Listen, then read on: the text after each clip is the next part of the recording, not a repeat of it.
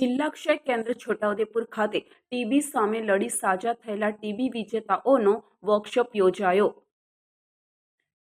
બદલતા ભારત ન્યૂઝમાં આપનું સ્વાગત છે।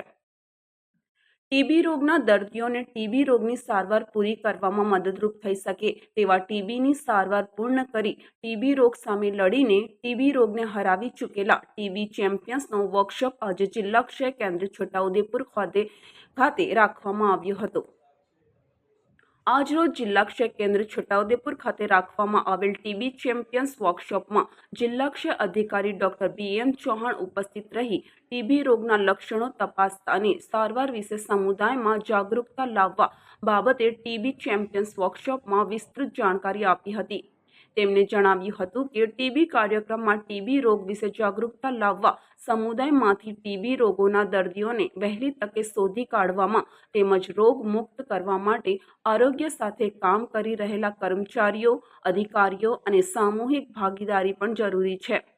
તેને ધ્યાનમાં રાખીને સરકાર દ્વારા ચલાવવામાં આવતા રાષ્ટ્રીય ક્ષય નાબૂદી કાર્યક્રમમાં સમાજના દરેક જાગૃત વ્યક્તિઓને પોતાની જનભાગીદારી નોંધાવવા માટે આહવાન કરવામાં આવે છે, જેથી કરીને ટીબી રોગને નાબૂદ કરી શકાય તેમ જણાવ્યું હતું। કાર્યક્રમમાં જિલ્લા ક્ષય અધિકારી ડોક્ટર BM ચૌહાણ સાથે જિલ્લા ક્ષય કેન્દ્ર છોટાઉદેપુરના વાલસિંહભાઈ રાઠવા પણ ઉપસ્થિત રહી ટીબી વિજેતાઓને જરૂરી જાણકારી આપી હતી। બોડેલીથી MA સૈયદ, બોડેલી, છોટાઉદેપુર।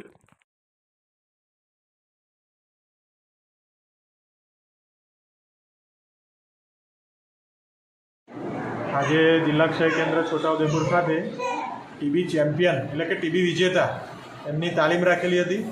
એમાં મોટી સંખ્યામાં જે અમારા રોગમુક્ત થયા છે ટીબીથી સારવારનો કોર્સ પૂરો કર્યા બાદ એવા વ્યક્તિઓને અમે અહીંયા હાજર રાખ્યા હતા, દર્દીઓને હાજર રાખ્યા હતા અને એમને ટીબીની જે પ્રોગ્રામ છે આપણો સરકારશ્રી તરફથી એની અંદર જોડાવા માટે આહવાન કર્યું છે અને ટીબી મુક્ત ભારત અભિયાન એ હેઠળ સૌ જોડાય અને પોતાના ગામમાં ટીબી વિશે જનજાગૃતિ ફેલાવે, લોકોમાં અવેરનેસ જનરેશન કરે, ગ્રામ્ય કક્ષાએ વધુમાં વધુ લોકોને આના ટીબી રોગ વિશે માહિતગાર કરે અને વહેલું નિદાન કરાવે એ બાબતે બધાને સમજૂતી કરવામાં આવી હતી અને એમને એક નાનકડા પ્રેઝન્ટેશન મારફતે અહીંયા ટીબી રોગ વિશે માહિતી આપવામાં આવી હતી।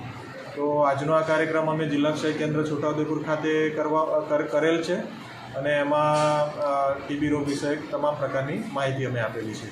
તો એકવાર ટીબી ચેમ્પિયન લોકોનો પણ હું આભાર માનું છું અને જિલ્લા ક્ષય કેન્દ્ર છોટાઉદેપુરમાં આજે 1 ઓક્ટોબરના રોજ આ કાર્યક્રમ સફળતાપૂર્વક કરવામાં આવ્યો છે।